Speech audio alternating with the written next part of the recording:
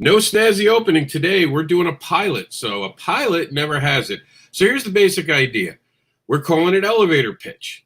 We're going to have an open mic in future episodes. Tonight, I kind of stacked the deck. I invited people who are crowdfunding.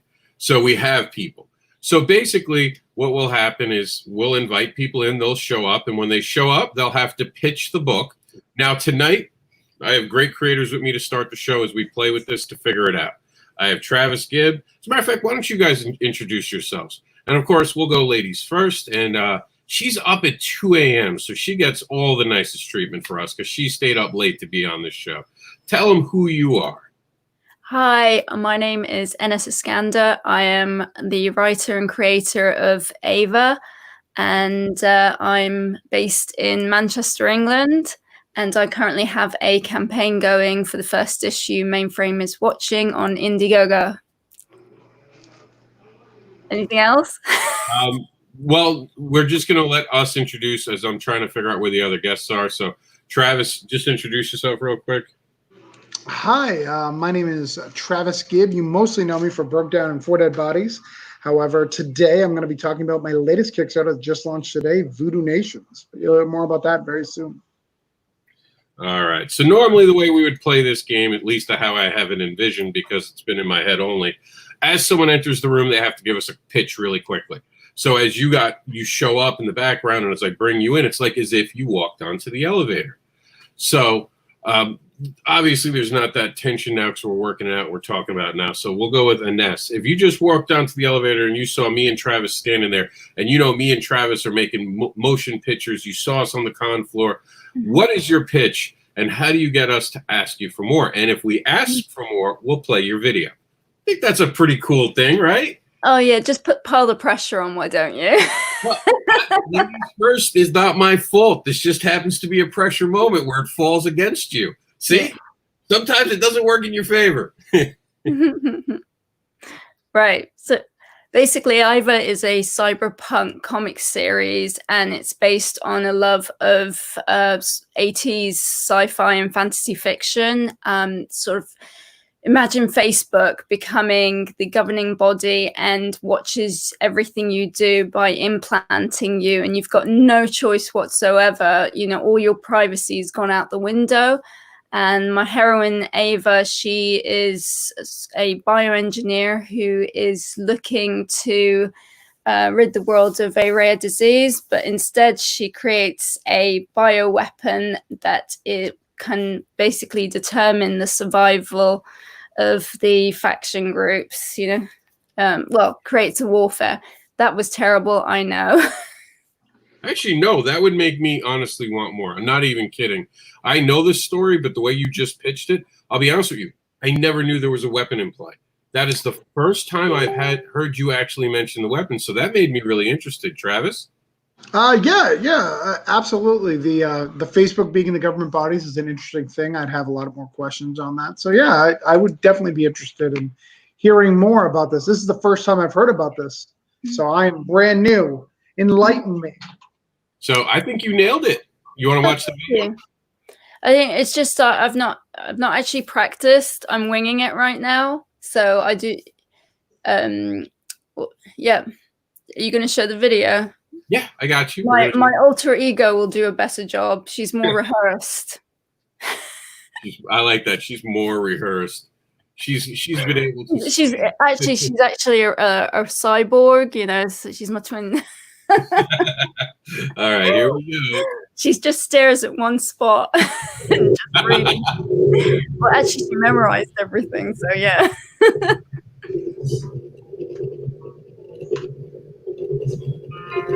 Iva is a cyberpunk comic book series based on a love of 80s sci-fi and fantasy fiction.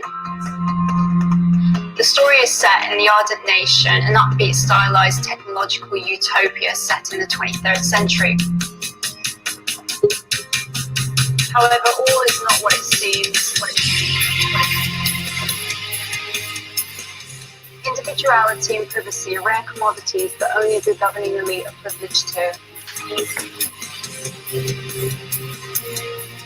So imagine, if you will, social media becoming the governing body of a surviving nation, Everything about you and what you do since the day you were born is automatically streamed onto your timeline. This is then monitored by a totalitarian regime known as Mainframe. Mainframe's prime directive is to compete for technological advancement and for survival in a post-apocalyptic world. In the spirit of fighting cyber terrorism, people of the Ardent Nation are kept on a short leash through the use of surveillance implants. The message is simple: comply with Mainframe's standard behavior protocol or be rehabilitated. It's all about working as a collective for a common cause while suppressing any scope for individual thought and self-expression.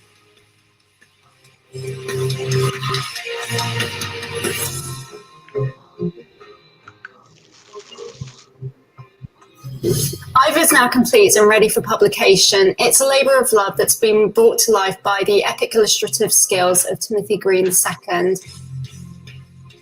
It's an extraordinary journey, one of which we hope our readers will join us on.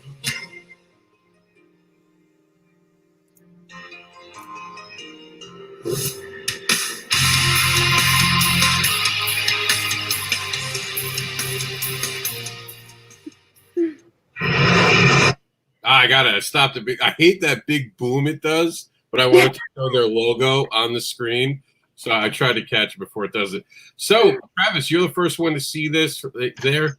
What would you, if it was in your control, would you offer her an office meeting, being in an elevator pitch? Yeah, absolutely. Especially as being a film guy, I came from a film background. It hits all the key elements, you know. Hollywood loves the 80s sci-fi. You know, they're trying to capture that all the time, the utopia cyberpunk-esque. And they haven't mastered it, you know, in the last years or so. They're trying the Ready Player One. They're trying all these other things to get to it. But yeah. I think, you know, if you look at Blade Runner, it stood the first, I mean, the original, it stood the test of time. You can watch it now. It's, you know, the clothes still, the costumes still don't look outdated. And that is one of my key inspirations. You know, and then I grew up with all the dance movie, you know, films of the 80s, like Fame and Flashdance and all that. And it was kind of like a combination between the two. But then also I wanted to look at kind of making a note of the human condition as it is now and what I think it would be like in the next couple of centuries, you know, where, you know, we become so monitored. And, you know, you have Facebook you know, the likes of Facebook becoming more and more powerful, especially, you know, with their acquisition of people's data, and they're using it to even, you know, probably they know what's going to happen with the elections before anybody does, because they all know how we're going to vote, you know, if we do vote.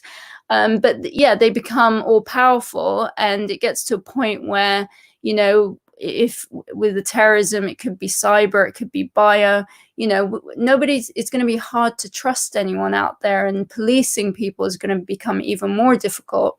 Hence why they introduce the implants, where you are monitored all the time. They know where you are, they know what you're doing, they know what you're saying, and everything gets fed onto your timeline without, you know, it's basically involuntary now. You know, it's not discretionary. You know, whereas, you know, now you have the luxury of not airing out your dirty laundry.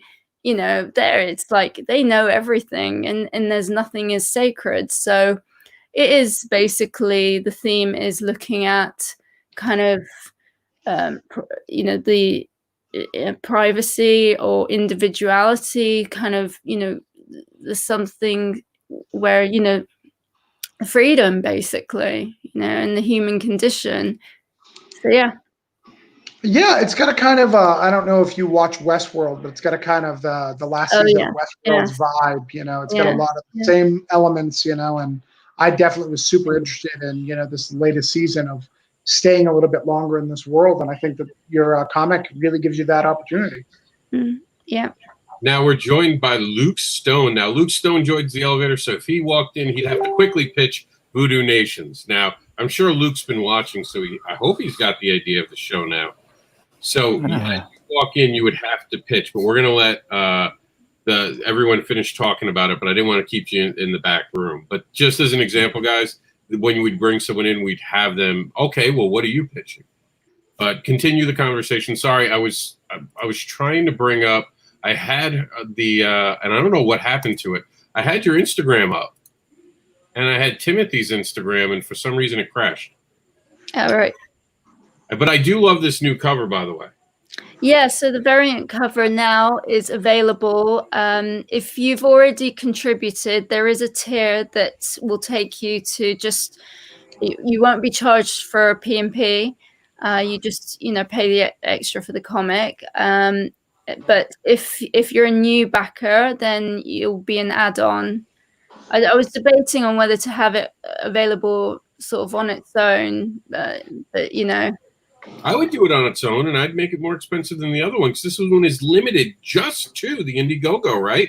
You won't be able to buy this at a table anytime soon. So, and it's a beautiful piece of work. Talk about your artist. I do want, before, I know you have to go since it's 2 a.m., but I want you to tell the world about your artist, because you guys have such a great relationship. Tell them about who that is. Well, there aren't enough words to describe, sort of, like how well we worked. It's Timothy Green II, so he's got experience, like working with marble, and sort of he's done work for all the, the likes. I think he's done. I met him through Eon Flux because he did the graphic novel for that, and yeah, I'm trying to think of all the other ones he's done. Wait, I've got it here. Yeah, it shows how awake I am. Yeah, so basically he's got 15 years experience, Marvel, DC Comics, and Dark Horse. He's known for Star-Lord, Eon Flux, Red Hood, and Rocket, Raccoon, and Groot. So I'm reading them because I'm not familiar with some of them. But his work is just amazing. You can check out his artwork on Instagram as Timothy Green II or Deviant Art. He's on there as well. A really talented guy. I mean, we're only like 6 months apart, but we kind of grew up with the same things, and that way we just kind of hit the ground running because we were always on the same sort of frequency. Sort of, I would say I'd give him a mood board. I'd say, this is what I'm looking at. I'd describe sort of what I was like thinking, and then he would just go off and, do his version of it. And, I gave him, I mean, so I gave him the freedom to sort of go off and do things. But then sometimes I'd kind of go back and say, well, it's more towards this end of the spectrum. Sometimes I did kind of get a bit hands-on, but there are other times where when he did the dancer's outfit, that was all him. So I did question whether he would like to get into a career in fashion and costume design because he did it so well. I think he chose wisely. I think he nailed it. I think that's the best costume you guys can get. Well, for people who don't know, you may not know this, but I'm a kind of idiot savant when it comes to comic books because I read a lot. Yeah. My stack is huge. One of the things for people to know about is he was when Guardians of the Galaxy hit hard. So when Guardians of the Galaxy, the movie, hit hard, he was doing all the sub books. So he did the Star-Lord book, he did the Rocket and Groot. So he was part of that big line. He was part of the movement that got Guardians of the Galaxy, just as big as Avengers. So he's got a great history when it comes, especially with Marvel Comics. Yeah. Yeah, and that's the art we were talking about. Honestly, I swear, like the places I've gone, which, yes, maybe fetish, I've seen outfits like that. I think he's accurate. I think Timothy's been out in the world and has seen things. Have you on Instagram? On my Instagram, you can actually see the mood board from where it came from. I gave him about, 10 pictures, and I just said, I'll just do your thing, but yeah, it was fun. We had a really good time. If you go to the Ava one, What's the video?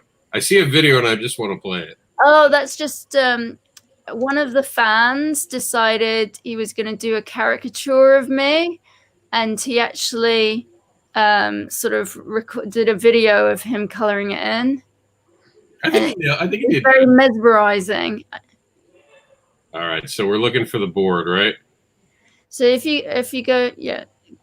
I love she's using mood boards. Mood boards are. If you go to the Ava page, because this is my page. This is my, my little travels, and you can see that's actually my work there that I'm currently doing for Adidas.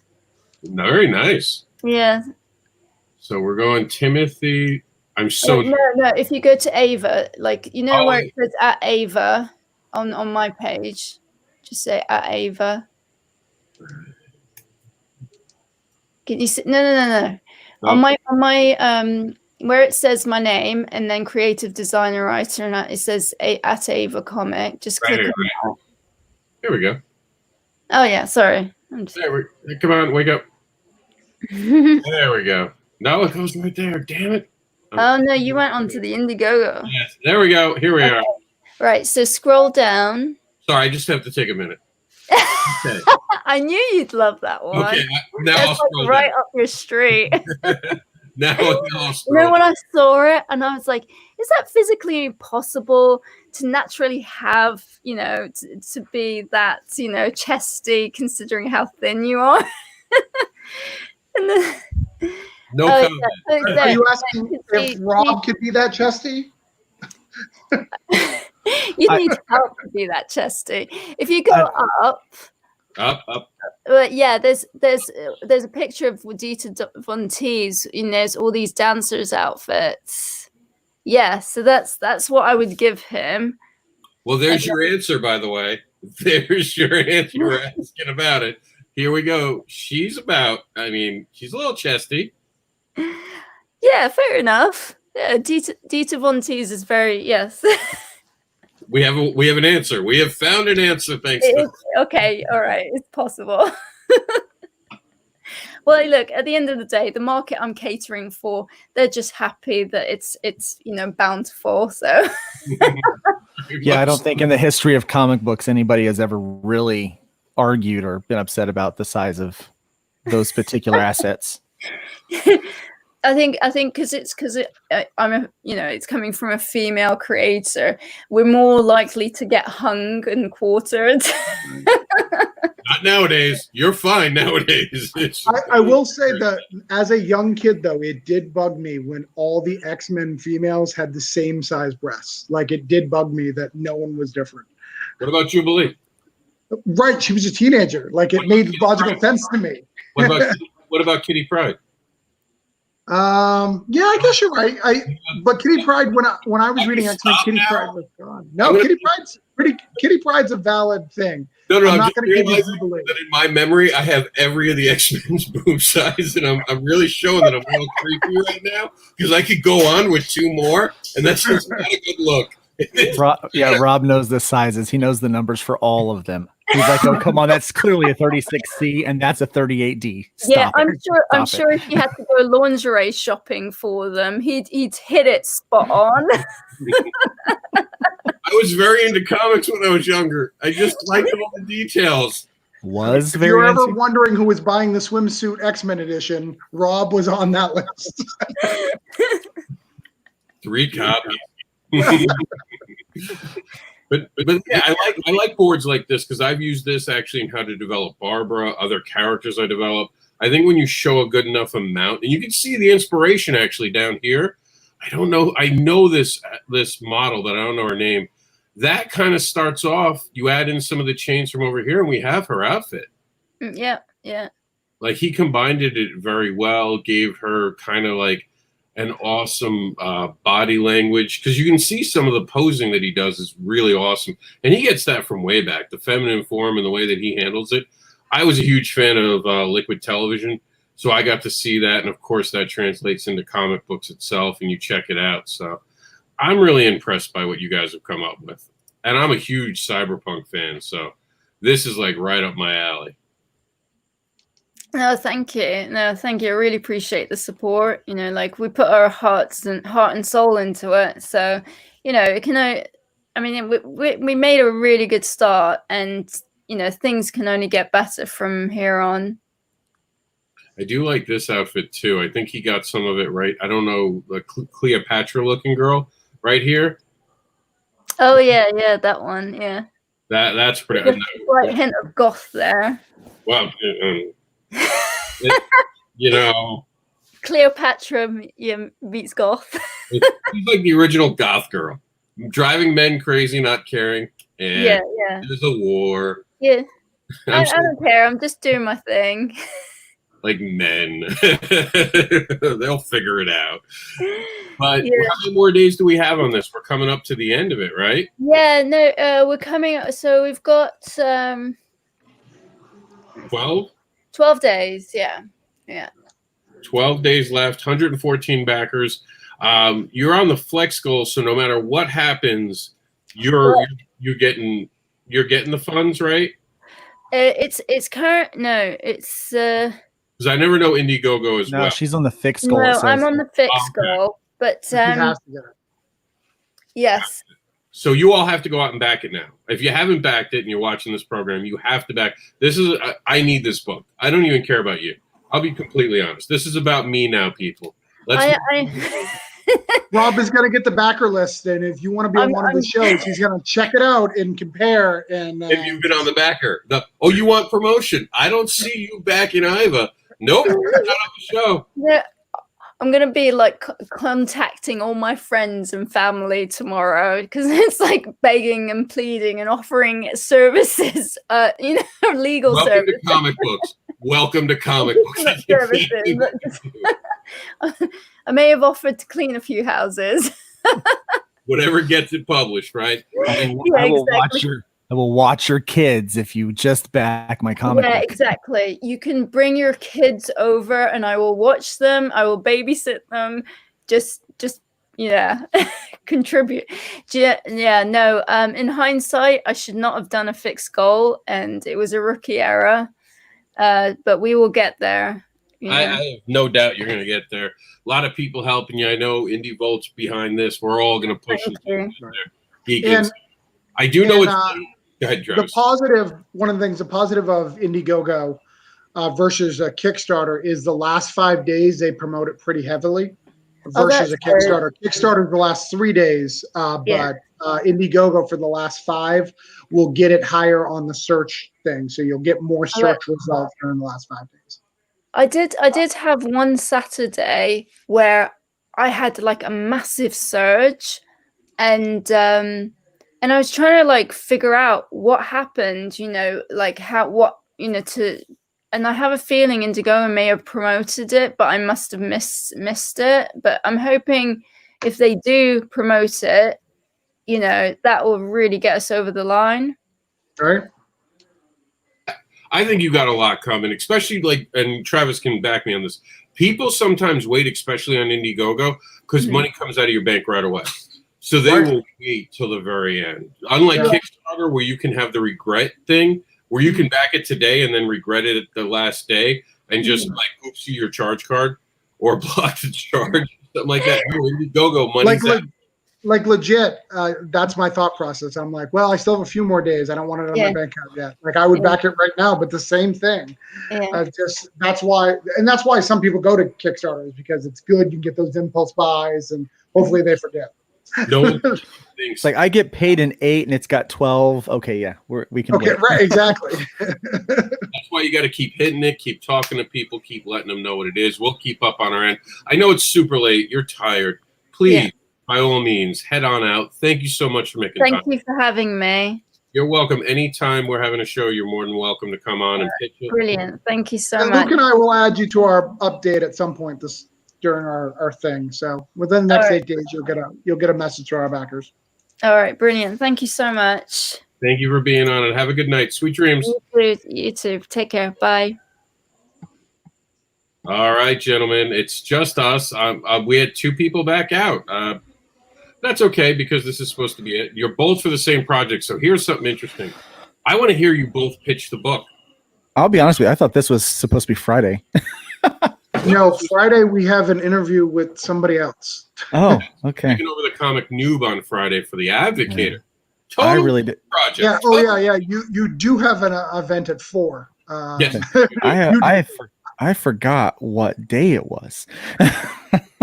I did that a lot recently. I don't, but you do. right, No, so we are. Believe it or not, Rob, I have this book is really, really popular, and I have 12 interviews lined up, and that's not counting the asking you, hey, when can I be on, Geek Insider? When can I be on, Indie Vault? That's without us doing that. We already have 12 people who talk to us. You're part of Geek Insider. We have that audience. Right. No, I know. That's what I'm saying. But we haven't asked yet. These are just people who've reached out to us. 12 people have reached out for this project. Like, it seems to be something that people are interested in too. All right, well, let's hear your pitches. Travis, how would you pitch this book? And I'll tell you whether or not I would walk out of the elevator as soon as the door opened so I didn't have to keep listening to it. Go for it. All right, I'm going to do it, but even though Luke says he has a great one-sentence pitch, and I'm really excited to hear it. All right. But what I would say is we take the stories about 2 missionaries. They go to Brazil and they try to practice their ways, and they meet an alternate religion of a voodoo priest who gets them into very dark, sinister, dark places. This ends up being a world trekking adventure, taking them to New Orleans in Mexico as they fight to save one of their souls. Nope. I like Travis, so I backed it anyway, but that wouldn't get me. And the reason is, I'll be honest, I'm not into religious stuff. Sure. And knows why, and it's not because I know Travis, I know it's going to be quality. I think the one problem with a pitch like that is that there have been so many bad religious themed books, and you know it. But I want to hear Luke, because I know Luke hates a lot of the religious books that don't live up to the prowess, right, Luke? Hate them. All right, so here's the deal. You got 2 young missionaries get their world turned upside down by a despicably wicked voodoo priest named Bishop Lucas in a 4-issue miniseries world trekking adventure. Don't miss it. See, now that I like, because he said bad guy, and he said that he was beating up on missionaries. That's what I heard, and I was like, cool.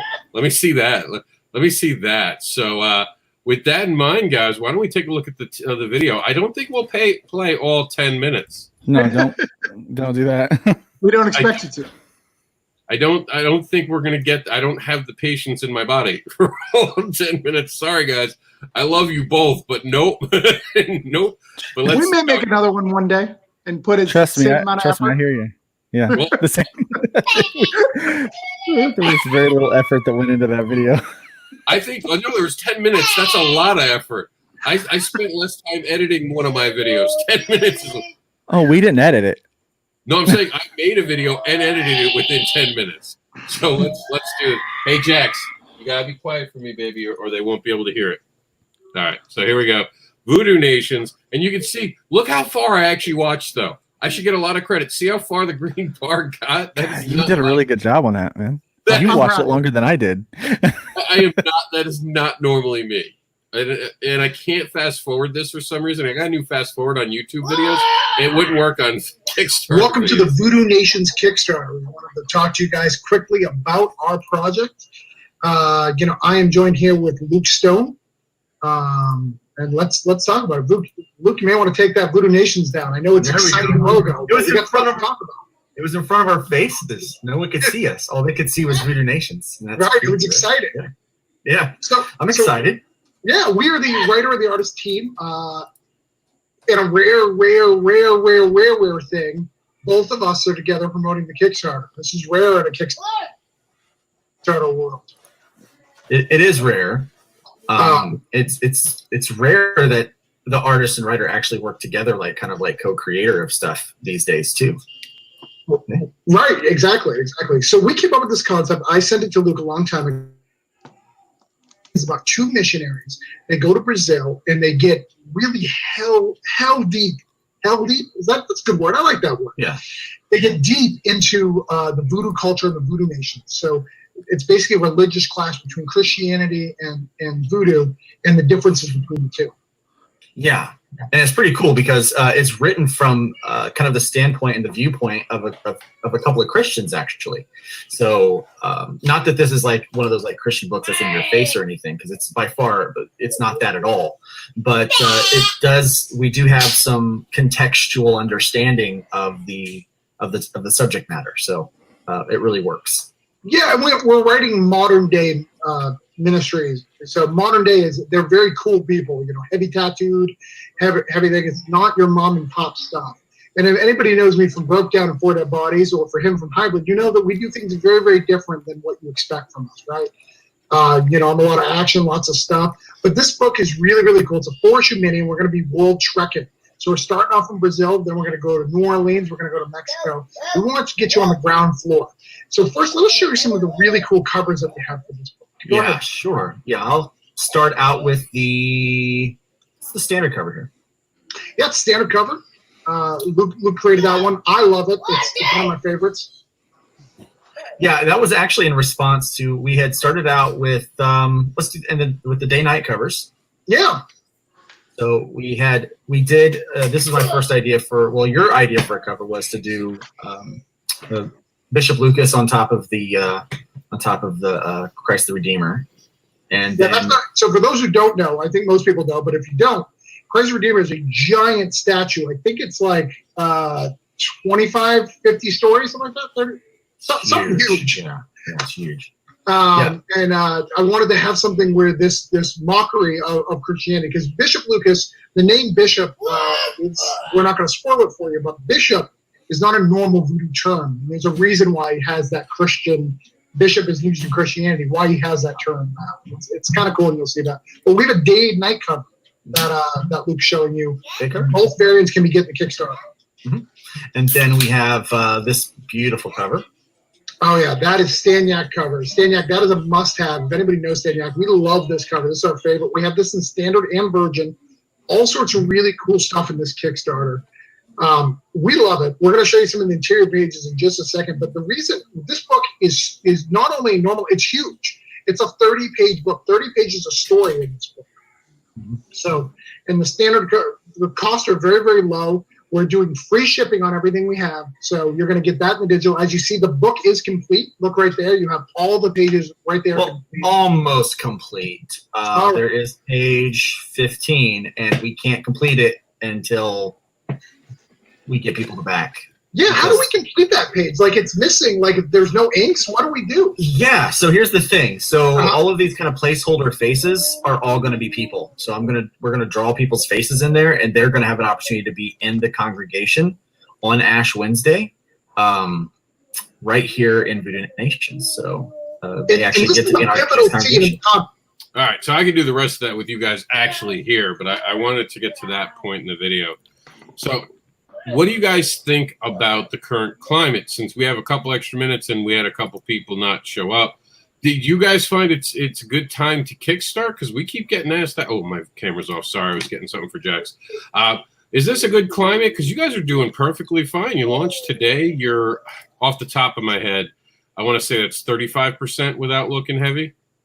It actually is 39%. Okay, yeah, I was going to say 35 to 40. Without doing the math on it. So you guys are doing good, strong start. Mathematically speaking, you're almost guaranteed now to successfully fund because you've hit over that 25% mark within 24 hours.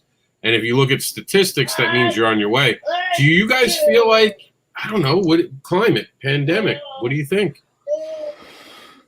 I think it's right now. I think it's a little harder right now to run an Indiegogo than it is to run a Kickstarter. There's not a lot of things that are on Kickstarter right now that I mean, there's things there, but I don't think that are really kind of in that comics vein, especially where we're at, kind of going for the same audience. But Indiegogo has a couple of bigger names in part of the comics industry that are doing some fulfillment right now, and so I think it's a little harder to run an Indiegogo than it would be a Kickstarter right now. So, but, yeah.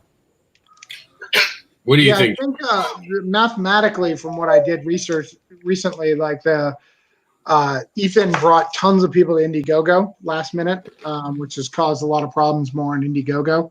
And I wanted to say that Diana wish she was here so I could help her give a little stuff. But the climate, it doesn't seem to be affecting. In fact, I see people, just yesterday, someone funded for $12,000, and he had a failed Kickstarter before. He's never raised more than 5 and just kept pushing and got to that next level. I think it's a great time to launch. I think people are still looking for stuff. Yes, comic stores are open, but I think that people are seeing and supporting each other right now. We're doing really, really good. I'm very proud. I'm very close to my best day ever. I know that Luke's already surpassed his best day ever, so we're getting there. Yeah, I think it's an okay time to pitch. I think what you need to worry about though right now is there's a lot of big names on both platforms. Like we've got Cullen Bunn over on Kickstarter. We've got a couple of big names over at Indiegogo, Chuck Dixon, a few others. So it's an interesting thing. Yeah, and Ethan's over there right now, and he just launched his action figures, his little PVC action figures for. No, those are Luke. Those are part of the original campaign. He didn't. Oh, are they? Yeah, it's in demand. Yeah, but he added a couple of slots for him on the in demand. That's all he did. Yep. Yeah. So people are going there and jumping on there. That some people that have never backed before is what I'm hearing. So. Yeah. What? I mean, it's amazing that the money's out there. That's the truth of it. Like I even took a risk and I'm launching a book that I don't honestly have a great deal of faith because I know it's my earlier stuff in, and I'm starting to build faith because people are reaching back out to me and saying they like the ideas of it. And, this is a perfect time to try that stuff out. Things that you don't necessarily think will be home runs can actually find an audience now because people are more stuck at home, and I think it's a great time. And I think that, you guys did a great job because this is actually created because of the pandemic. Am I wrong? No, 100%. It was a pandemic book. I had an idea. Luke was just finishing up Hybrids. I was helping as kind of a mentor / coach / friend, all of the above, to help him raise more money. He would have funded perfectly, but just to help him do some good practices, and I think it helped him out a lot. And I pitched him a book, and he was like, not only do I love that book, I need to draw it. And because of the pandemic, he had the time to do it. Yeah, it was. We were kind of looking at some other things to kind of help out kind of a company that I was working with at the time. And when Travis gave me the pitch, we were going to start looking for an artist for it and stuff. And I was like, I think I want to draw this, because immediately I had this image of Bishop Lucas in my head, and I just wanted to. I wanted to draw him. I just thought he would be a really fun character, this very evil character. And I'll be honest with you, I always think the villains are kind of the best part of the story. And we've got a really great hero in RJ. Like, she's going to be, without spoilers, I kind of know where Travis is taking it. But she's going to be a really great protagonist within the story, within the 4 issues. But Bishop Lucas is by far probably one of my favorite villains or antagonists that I've had an opportunity to read and to draw. He's really cool, man. He's an SOB. He's bad. He's terrible. And I'll be honest with you. You say religion to me, and I tune out. I really do. And I'm not interested. Go away.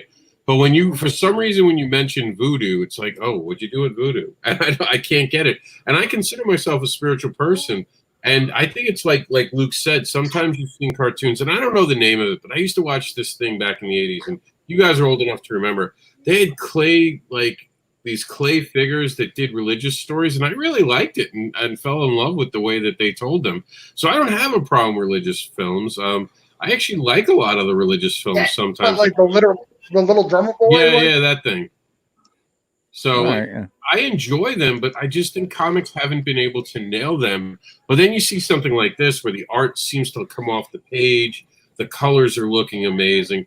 And it's challenging. It feels right off the beginning that two worlds are going to collide. How violent would you say this is? Because Travis Gibb is known for his violence. One of his pitches at cons actually offends people so much they run away. And he's standing next to the guy with the free hugs and spank sign. And I'm like, wow, that's new. Usually they're running from me. So is this violence? Are we going to see the violent side of Travis Gibb's writing come out in this? The Wait, you've already seen the violent side of Travis Gibb. You mean, are you? No, in this book, I'm saying. Will we see violence? It is not very violent. It is more of a suspense. There is violence in it, and there is a lot of violence when we get to issue 4. But it is not. I wouldn't say it's compared to Broke Down. It's a violent. It's more psychological. The Bishop Voodoo is a thinker. He's a cross between Loki and Negan. You know, he's not the type of villain that you normally see. He's not going to just kill someone. He doesn't do that. In fact, everything he does in the first issue of this book is good. Yep. However, you'd be like, was it good though? Yeah, that's I do want to kind of highlight that. So, you talk about religious books, and obviously, both Travis and I have a background in faith and in ministry and stuff like that, but neither one of us write Christian material. And so like we want people to understand that this is a story that does take two worlds. Now, voodoo and Christianity have a long storied past, especially if you look back at Haiti and things like that. In fact, the Catholic Church was bringing people, was ordaining people in Haiti for a long time that were actually voodoo priests. So they were incorporating voodoo and Christianity together back then, and it became a major issue to the point to where it was a very bloody, violent time, and so we are looking at kind of still that conflict between Christianity and voodoo, but we're looking at it from another point of view. And Bishop Lucas is not incredibly violent, but like Travis said, this is a smart villain. He's not built like these big guys that are just going to go around hacking and slashing. It's not that kind of violence. This is mental anguish and emotional torture that he uses to not physically destroy his victims, but to completely emotionally and mentally destroy them, so much to the point to where they don't want to live anymore. Like, this guy will not just kill you, he will kill every part of you, and he will plant himself in your head like eggs, like little eggs in your head, and destroy you. This dude is wicked. So he's like a mother. So the art looks great. Congratulations, Luke. I think this is some of the best work I've ever seen you actually do. I like it is the challenge. It looks fantastic. The cover is just so appealing. I've seen people sharing it. And I just got my Facebook to work again, and I'm already depressed because people are saying stupid things. But one of the things that came through while my Facebook was broken as they were updating it was the covers. And I saw people sharing it and liking it. So it's like you guys said, it struck a nerve where people are interested in this. And I think it goes with the whole voodoo thing, because you're stepping into, I dare say it, horror with this book. It is, yeah. You guys are stepping into the realm of horror, which gives Travis Gibb a new area under his thing. Hybrids, what would that even genre be? That's adventure superhero. It's action adventure superhero stuff. So this is something new for me too. And man, I'm having so much fun drawing it, and I'm glad that people are recognizing the quality in the art, because I'm working really hard on this one.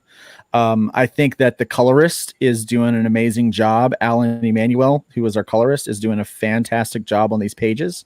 It's really, I really had a lot of fun drawing that cover that you've got up on the screen right now.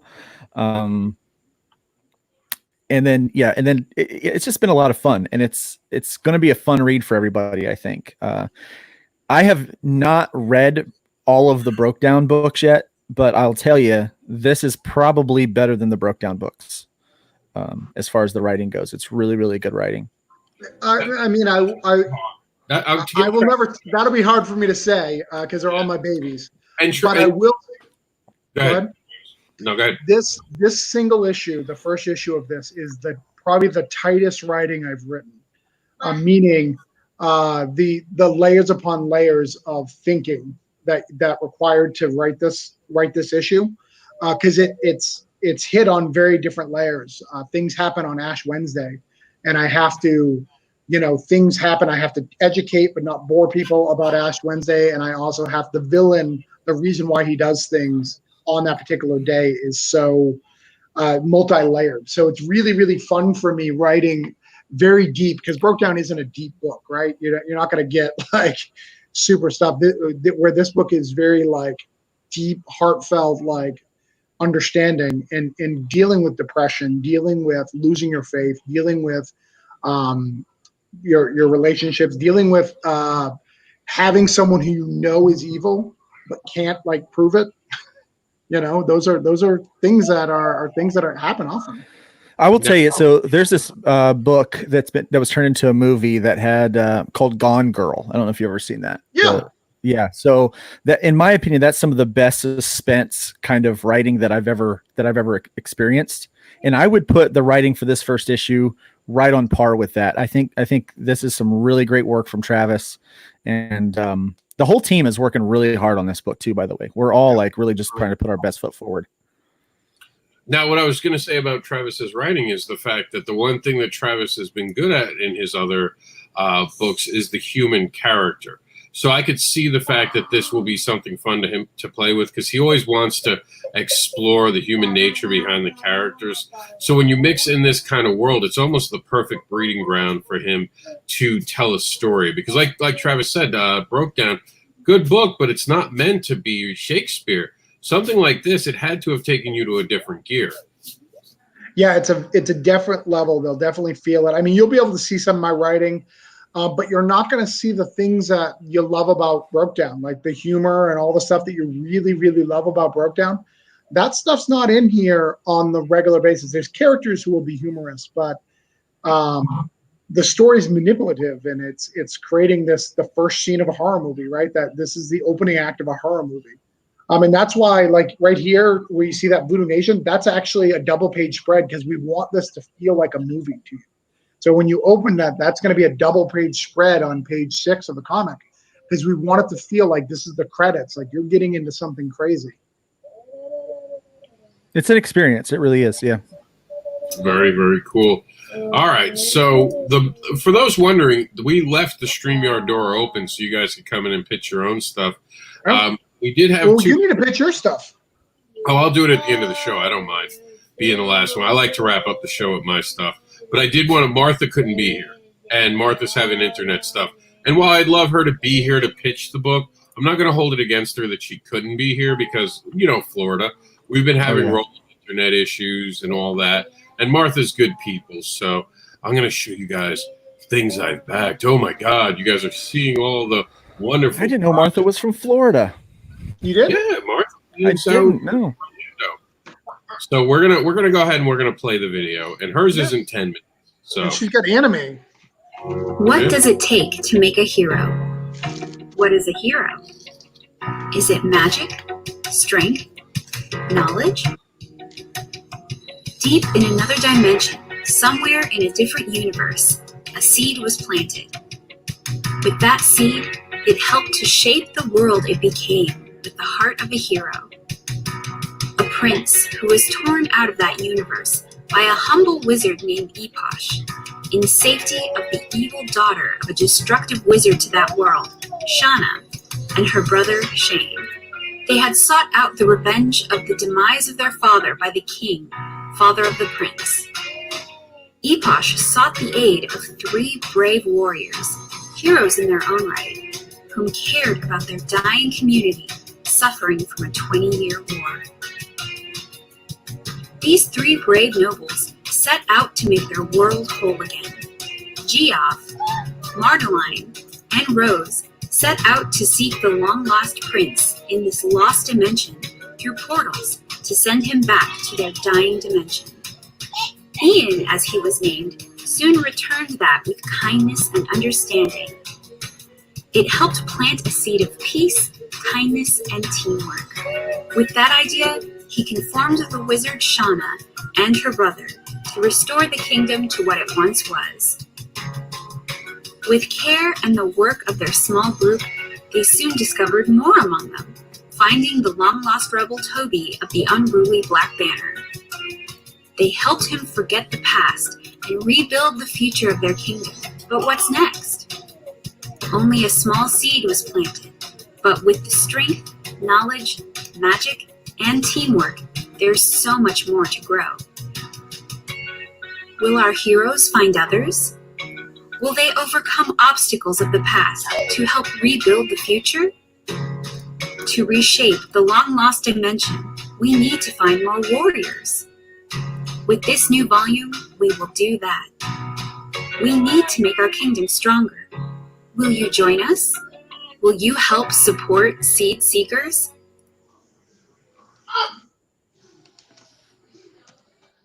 So obviously she's not here to tell us anything more about it, but I definitely suggest I put that in the chat. I did put your guys' link in the chat, but it was unfortunately a Facebook chat. I mean, a Facebook relink.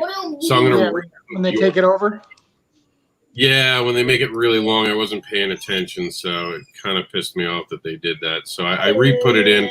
All of them are in there. I also want to play. Let's see. Connor was supposed to be on the show, and I think he's having internet stuff too today. I don't know. There's rolling blackouts on the internet lately. It's like the new thing with the pandemic. So we're going to go over to our friend Connor. Now, Connor's also going to be in the Advocator coming up. He's going to be in the Advocator? Yeah, isn't Connor in the next Advocator? No. I thought he was going to be in the one, not the one we're doing tomorrow, but the one after that. Doesn't he have a story? Oh, never mind. He's been in the Advocator, though. Oh, he has. He's part of our alumni. He was in Grimwood Crossing. Grimwood Crossing, yeah. I thought for some reason we were bringing him back this year for another story. I actually, believe it or not, this whole campaign, I haven't talked to him. Connor, if you watch this, where are you? You haven't messaged me? Are we not friends anymore? What happened? I miss you. That was precious. Be nice. Yes, I see. You want to get a bug game. Oh, Jack is asking me if he... See, he's at that age where he can now ask for things. And just send me a text and get the game he wants. Here, you can have the game.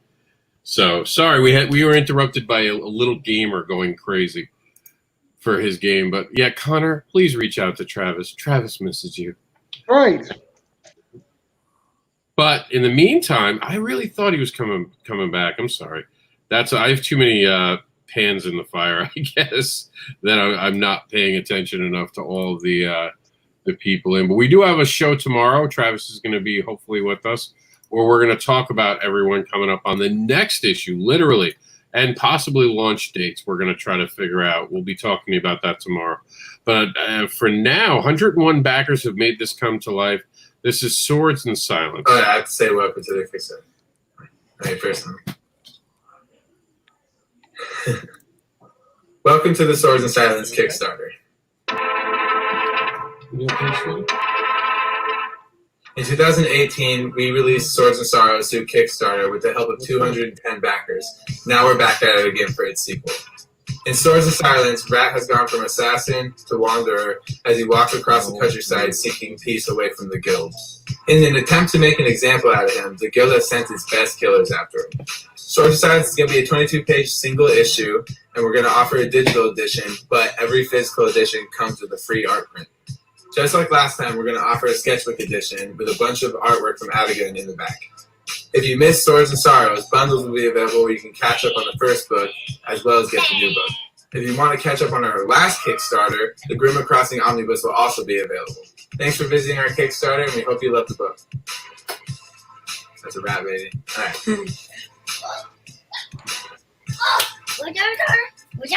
Yeah, I got you the other one too that you asked for. Oh, he did talk to me. That's a wrap, baby. That was directed to me, I'm sure. Oh, wow. That's the end of your friendship? That's rough.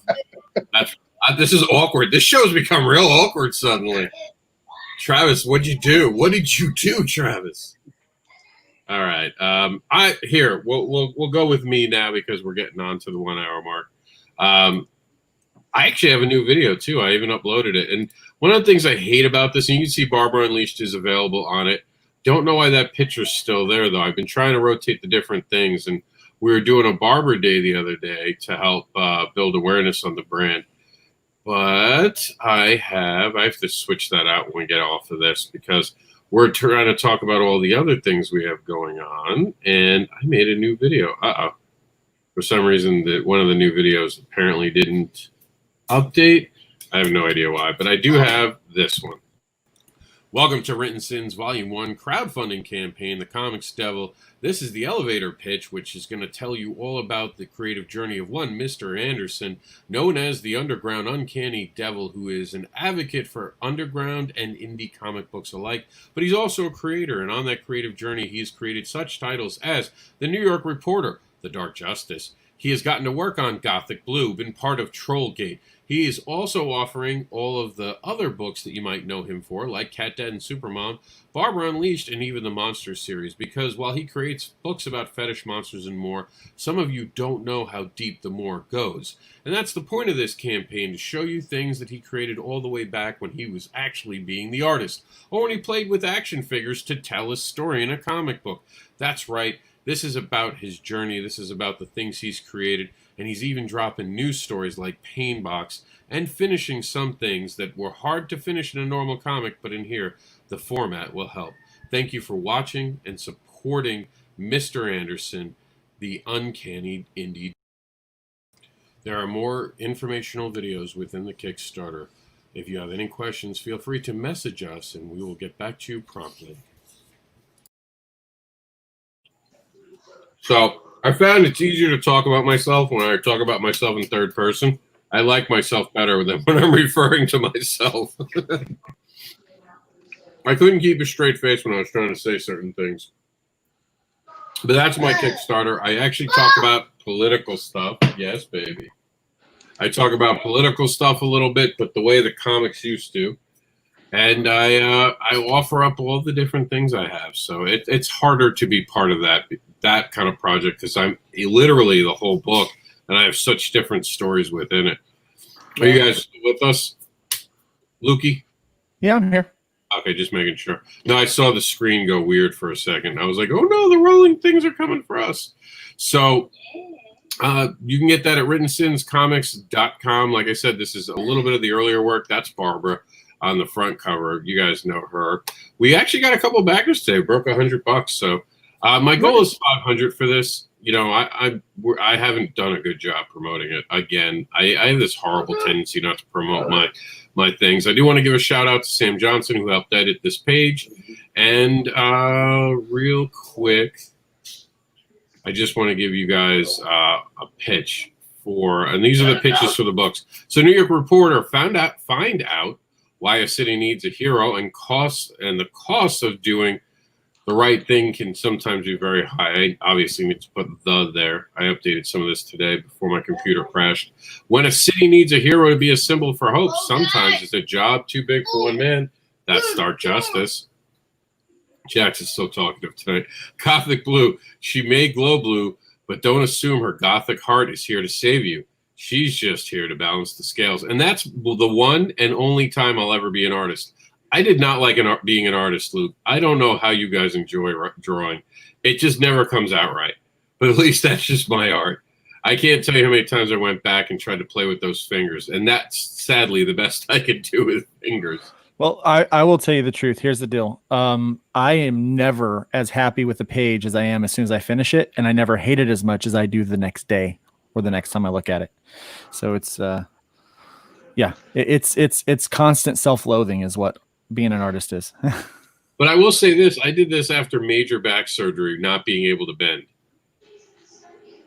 So I am super proud of myself for getting it done, considering who I am. Who am I? So I do this thing called You're Not Alone. This actually stems from a book called You Are Not Alone, and is actually partly the reason they do the You Are Not Alone. And for anyone who's ever seen this, I've actually gotten a lot of interest from I was supposed to actually be talking to a local junior high school counselor meeting about having this in schools locally. And the pandemic came up, and I have to ask them again about it. But I started giving this out. People really like this. This is the first thing ever published that was not published by me.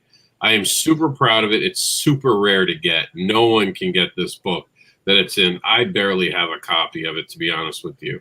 And then I have a book that some artist nicely wound up vanishing on me for Gothic Blue Christmas. And then Trollgate, James Eric Hudson's art. Is it just online? It isn't real, right? But what happens when fake online stuff, see, the updates didn't take. when my computer went down. Online stuff affects the lives of those in real life, and bullying causes a person to take their own life. And it's ironic. Do you guys remember the case where the girl was actually convicted of having someone take their own life? I do, yeah. Yeah. You know, I wrote this story before that happened, and it got delayed. For some reason, the fourth monkey got delayed by a year. So it was actually a year later than it was supposed to come out. During that year, that story started to develop. And I remember in a panic reaching out to Eric, the artist. I'm like, and we were done. We were completely done. Story was edited. Everything was done. There was just a delay for some reason of a year. And I was like, can we still put this story out? Will it come off wrong right now? Because it was still in the middle of the case. And it was freaky because it was like something I wrote just came true. And until that moment, no one had ever actually been accused of being part of a suicide via their comments online. And now no one is. I don't know what happened with that, but they kind of just stopped with that despite the conviction they got. So I've never seen anyone else brought up on charges. Have you guys? No, I haven't. No, I haven't. And Painbox, this is one of the most personal stories I will ever tell. And even though it's not about me, it's about the way that people suffer within workman's comp and how badly you're treated. And if you want to see more in-depth stuff, you can see actually when I did GarageCon, and this is the first time we did anything. This was after Emerald City bailed on us because of the pandemic, not their fault. They had to cancel, the first of many. So you can see more about that. And that's it. That's my Kickstarter. And you can get the Advocator issues within there. You can get Barbara Unleashed, Cat Dad, and Supermom. So I have to get rid of my initial copies from the Kickstarter so I can get the Terraform logo on the new copies. So that's me, guys. What do you guys think of the new show, Elevator Pitch? Think it's got some legs to actually have people come in and pitch their wares if they show up?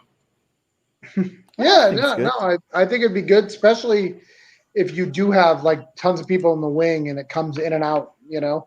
Well, sadly, that was the idea. Enough of you where everyone would have got, I was not going to kick anyone out, but we went late on a Thursday, and I did that specifically because I know you guys went live today. I wanted to try to get you more backers. I wanted to make aware. Plus, as you see, I've updated my Kickstarter, finally got around to doing it. That's shit you should do beforehand. That's really like amateur bullshit I did with this one. But I wanted to rush it out because I have the Advocator coming up right after this that I have to advocate for. And we have we're hopefully going to be announcing some stuff with Terraform soon, right, Luke? Yes, we are. So I wanted to get this out of the way because this is earlier work. And I don't know about the rest of you guys. I love my earlier work, but I find it harder to pitch knowing I can do better. But I went back and looked at it, and it's got a solid story. The art's not great in Gothic Blue. The fact that I used action figures still makes me laugh because I had fun doing it. But I know I can put out better stories now, but I still think it's important to share it. And there are people who always ask me about my earlier work, and I've gotten some great responses for it lately. Is this, oh, you want to show that, Travis? Yeah, you can show up to a point, you know, as long as I'm live with you. You know what I'm talking about, right? Yep. The link I sent you, I assume, right? Yeah. So it's weird that you said, as long as I'm here, I'm like, wait a minute, what did I miss? Meaning there's a line where like you probably don't want to show them. Basically, when you get to the prices, just don't scroll down. Okay. Because we're still working on them. It's not. I just don't want anybody to assume that the prices are going to stay. Yeah, that's why I'm being very careful right now. Yeah, it's not that bad though. That's pretty far down. Oh, they don't show any. I forgot. They don't show it in the preview, the prices. Oh, no, I get it. Yeah, it Here's hit me what you were saying. I got you. Yep. So here it is. This is what we're going to be talking about tomorrow. Luke, did you ever get me an image to change the cover? No, I've got one for the Virgin cover, but I want to stick with the truck for the other one. So this is our usual thing. I'll be honest with you. Outside of Jonathan and Luke, I didn't know any of these guys 6 months ago. That's what's so awesome about the Advocator. Travis goes out, he finds all these new people, and we get to tell you new stories. Well, I know Joseph Duas, but I didn't know he was doing this kind of Dartwell stuff, which is interesting. You got Shark War, and of course, this is coming out right when Shark Week's coming out, Shark Event's coming out. You guys are gonna be able to get all your shark needs taken care of with when on Kickstarter. And man, like, dude, when Ben, so we have a private chat, and Ben said, "Thank you so much for doing this." And we're not trying to be selfish, but that was the first time that I remember, like, where someone has actually thanked us for putting together Advocate. I think Like fans do, but creators don't. No. The fans, No, And I remember there was some creators recently that just gave you a whole bunch of crap for trying to do this for them. So, yes, it was, but to see Ben and go, "Thank you guys so much for giving me this opportunity," and the stuff like that, like, we never, and it hit me really, like, emotionally, because I was like, we did 3 issues last year of 6 creators each. Not one of them really, they were just like, "All right, you're getting our work, we're going to do this, or we have the deal." Not one of them really was like, "Hey, thank you so much for all the work that you put into it." And it really meant a lot to me. well, in all fairness, CB Zane was very thankful. Just to give him credit. Now, you guys might not have seen it because I handled it, but Yeah. CB Zane was super excited about getting into the suck into a new format, and he was real because he gave us all the art for free. And if you know CB Zane, he's making 20,000 easy on Kickstarter. He was part of our project because he really believed in it. I thought that was pretty awesome. So, I mean, but you're right. A lot of people never thanked us for what we did. They don't understand how hard it was. But this, and again, we're not like mad at anybody or anything. So please, if you ever think that, we're not mad. It's just really shocking when someone who really, really sees the value of it, like, comes out and speaks to you, and you're like, "Oh man, like, thank you. That's what we're doing for." yeah, and we really do hope that everyone enjoys what we're putting together this one, because I really think that there's some interesting, and this is the first time I think we've ever really gone with a theme for a book. We've never, I mean, we did Halloween monsters sort of, but this one really kind of committed to it, I think, and we didn't really see that. I'm took it off the screen just to see how far down I can scroll. Well, and we broke all our rules. These are not 4-page stories. They're whatever stories people submit now. Yeah, and here we go. I just wanted to make sure that I could see it. There we go. So we got some here for you, and we're going up from that part you don't want to show off. So I mean, if it hits it, it's not a big deal. Oh no, we're good now because I wanted to make sure we did that. So you guys see an example. Very different art styles. We kind of like that within here. We kind of like the difference of being able to showcase, as I call it, the poo-poo platter of indie comics. And you guys can see different takes on different stories. Like Travis said, I don't think one of them is the same amount of pages, are they? Doesn't everyone? No. Everyone has a different page count. Yeah, and what kind of exciting about that is to be able to hey BK, hey Harris, hey BK Harris, hey Brian, hey Philip. So I'm pretty excited to be having conversations about all the creativity. We've had some great creators before that, and in fairness, Brian K. Morris always spoke highly of the Advocator on his program. Never mind the Furthermore. And he was part of this, so he was very grateful. That's true. You definitely got me there. You know, he talked positive about it every time he was on it. Same thing with Eric Hawkins. But privately, we never got those privately things, like the private in a intimate moment, of saying that, I guess, is what I'm trying to say. It's not that people didn't appreciate it. No, I mean, and it's an idea that, I mean, no one thought it would last past the first issue, and here we are. We actually canceled, look, I'm not one who bullshits. We were going to do a different book. You guys know we were going to do a different book. That fell apart. We've been accused of trying to end that other publisher, so that's the only reason I'm not trying to mention them, because I just don't want the drama. I'm not trying to hurt them. They made a decision to stay with someone. I didn't believe in their ethics, their morals, or what they were saying online, and I'll leave it at that. But that's an opportunity lost, I believe, for them. Honestly, that could have taken them to a different level. And I think people are starting to see that. Because we have had last year where we saw people come in and then be able to really get a new fan base. Because people do talk about these books. These get shared around a lot, and people discuss it, good and bad.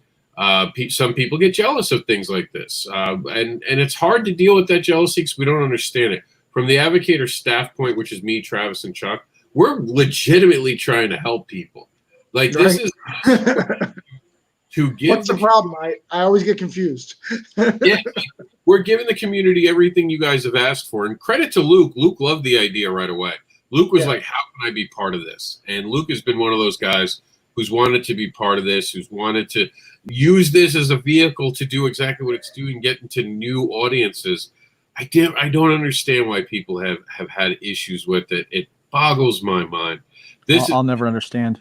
Yeah, and this is a book, by the way, this is for the first time ever. Neither me nor Travis nor Chuck are in this book, and we weren't going to be in the other book either. Let's talk about that.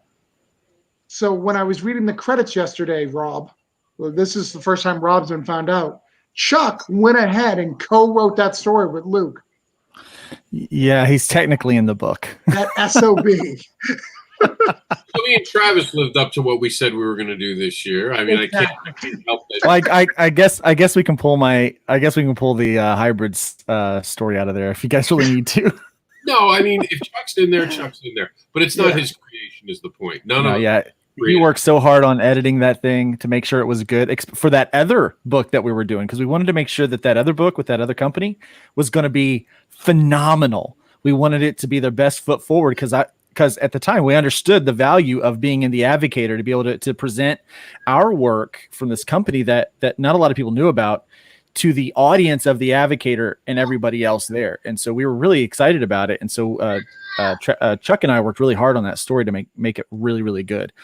And I was very disappointed when that whole thing fell through, because in my opinion, this is some of the best writing and the best art that I've ever done. These 4 pages, I'm so proud of that work, and no one has been able to read it yet. And it kind of ticks me off, but I'm really excited about that work. What's more frustrating is it wasn't just you. The other people on that team did some amazing work too that I read. So like everyone was putting their foot forward, but it's all it is one bad apple that ruins it for everybody. It really is, you know. I know we're kind of not talking about the Fully issue and not bringing up the name, but basically, you know, I want to go over a little bit. So basically someone said some unethical things. We addressed that to them, not a cancel culture, just addressed it. And they chose to pull their books, to stick to their guns, to defend their creators, which we have no problem with. But there were some things that we felt that this one particular creator of the group was saying that was not acceptable to the Advocator brand, because the Advocator brand is about unity, and this creator was not sharing unity feelings. It also kind of went against, in my opinion, it went a little bit against kind of the ethical standpoint of some of the creators that were there. You know, I was one of them at the time. You know, when you kind of, you know, it's very kind of they're a very outspoken kind of Christian group, and I think when you're an outspoken Christian group, you can, and I'm all about speaking your mind. Your First Amendment right is, I believe, one of the greatest things that you have, right next to your Second Amendment right. And I feel like you should be able to speak your mind, but you do have to understand that the way you speak your mind and the way you present those things do not free you from consequence of how you say them.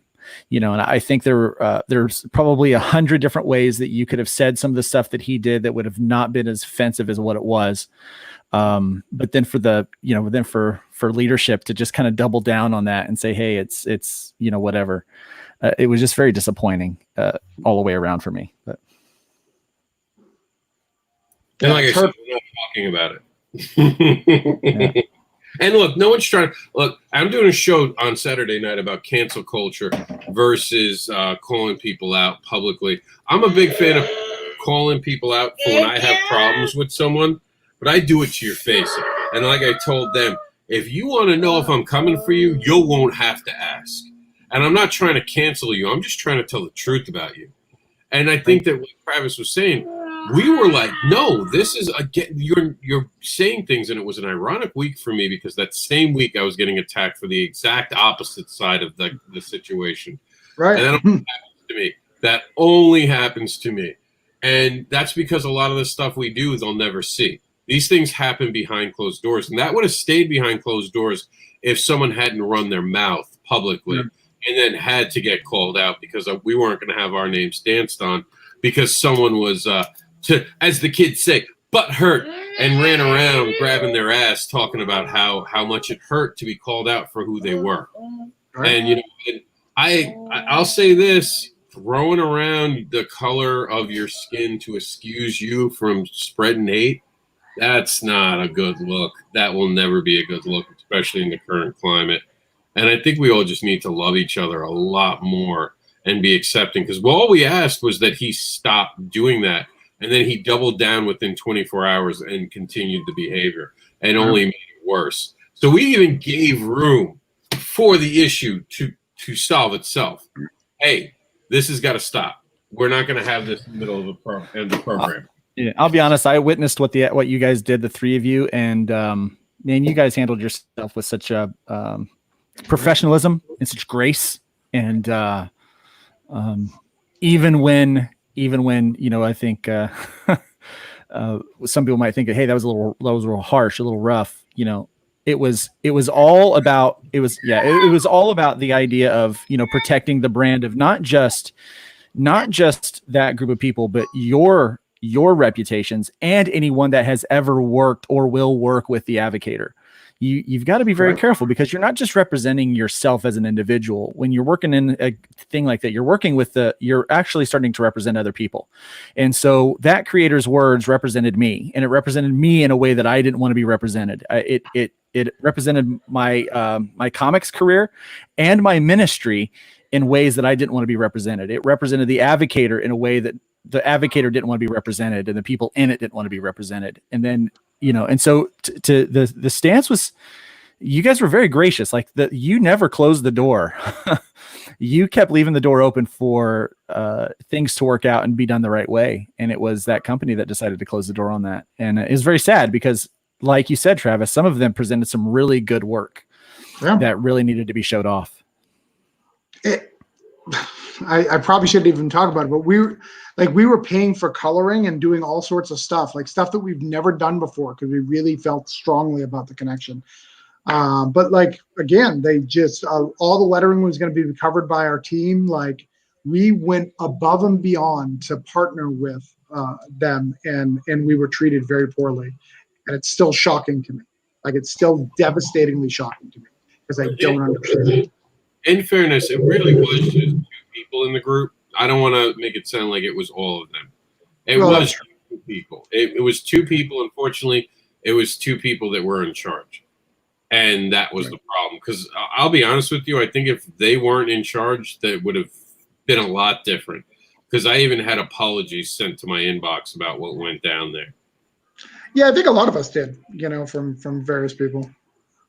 It was a bad situation, and maybe one day down the line we can work together again as the individuals.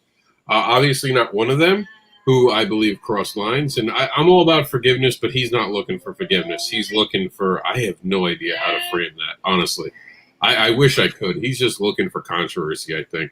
You can't be saying the things he's saying and really want to have a conversation. He's just, I don't know. And the one thing I've never liked about the Comicsgate group, and this group, is sometimes they go out of their way to make something controversial that's not controversial. We had someone, and Travis knows this, someone suddenly was about to launch a project and decided to try to pick a fight with me, and I wouldn't fight with him. So somehow Travis got into a fight with him out of nowhere. And Travis was like, why are you picking with me? And sure enough, 2 days later, he launched a book, and he was playing the victim. Don't play victim, guys. No one likes victims. You know, this might be wildly unpopular with some of the listeners, but what I will do is I will defend some Comicsgate people, at the same time bash some others. Because here's the thing: because there's bad players in every group, right? So some of these Comicsgate guys work really, really hard to make really, really good books that are void of agenda or things like that. They just want to write good stories that people get into. But then there's others that really aren't as good of creators, in my opinion, that try to that in order to try to bolster their sales, they will do this thing where they like, hey, they're trying to cancel me, so you guys got to support me. And so they will create some controversy in order to kind of drive traffic to their Kickstarter, to their Indiegogos or whatever they're doing. And it's not a lot of them, but there's a few of them that do that. And it's so much so that it's identifiable now. Like at first it's like, maybe they're not really doing that, but no one has that much drama within their own groups as much as some of these people do. It's ridiculous. But hey, it seems to be working for their business and their business model. So, who am I to bash it, And it's heartbreaking. It really is. We're all just trying to make it at the end of the day, aren't we? And we need to support each other. Look, it doesn't mean backing each other, but it means giving each other room. Supporting each other also comes down to just giving other people room. Just because Travis is doing better on Kickstarter than me right now doesn't mean I should try to kneecap Travis. We have two very different projects. He has a different fan base than me. My fan base has never seen anything I just dropped on them. I once again drop things on them that they don't expect from me. A political book? I'm the one who says don't talk about politics. And this is a very politically charged book. Whether I'm picking a side or not, you'll have to read the book, and I don't think I am. But it's different, and different is okay, and it's okay not to be like everyone else. I did real good with Cat Dad and Supermom. I'm proud of everything we've done. I don't need a 10K Kickstarter. I'll take it if you want to give me 10K, but I'm not seeking that. Travis has a different book right now. Luke has a different book coming out with different creators throughout the rest of the year. There's no reason their success will ever harm me. As a matter of fact, down the line, Luke's success will only help me, and I want to support everyone, and I've always stood by that. I am happy to help anyone. I just need people to ask for the help. And I'm so tired of people being like, well, no one ever comes and asks me if I need help. Fuck you. No one's coming to ask you to help you. And that was early in my career. I used to go around and ask people. And as many people as say yes, I would get more no's. Well, what do you want from it? Because people don't understand being not selfish. Most people are so self-centered that they can't see the value in helping other people.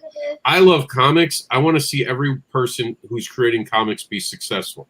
Because there was an industry and there is an industry that can support all of these creators at once.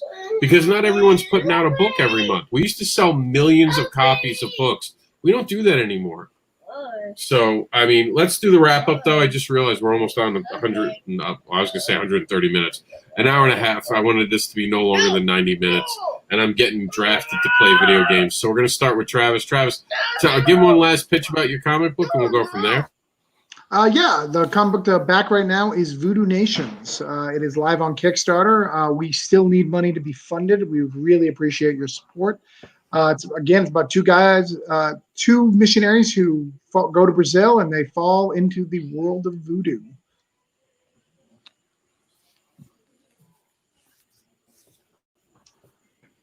Hello.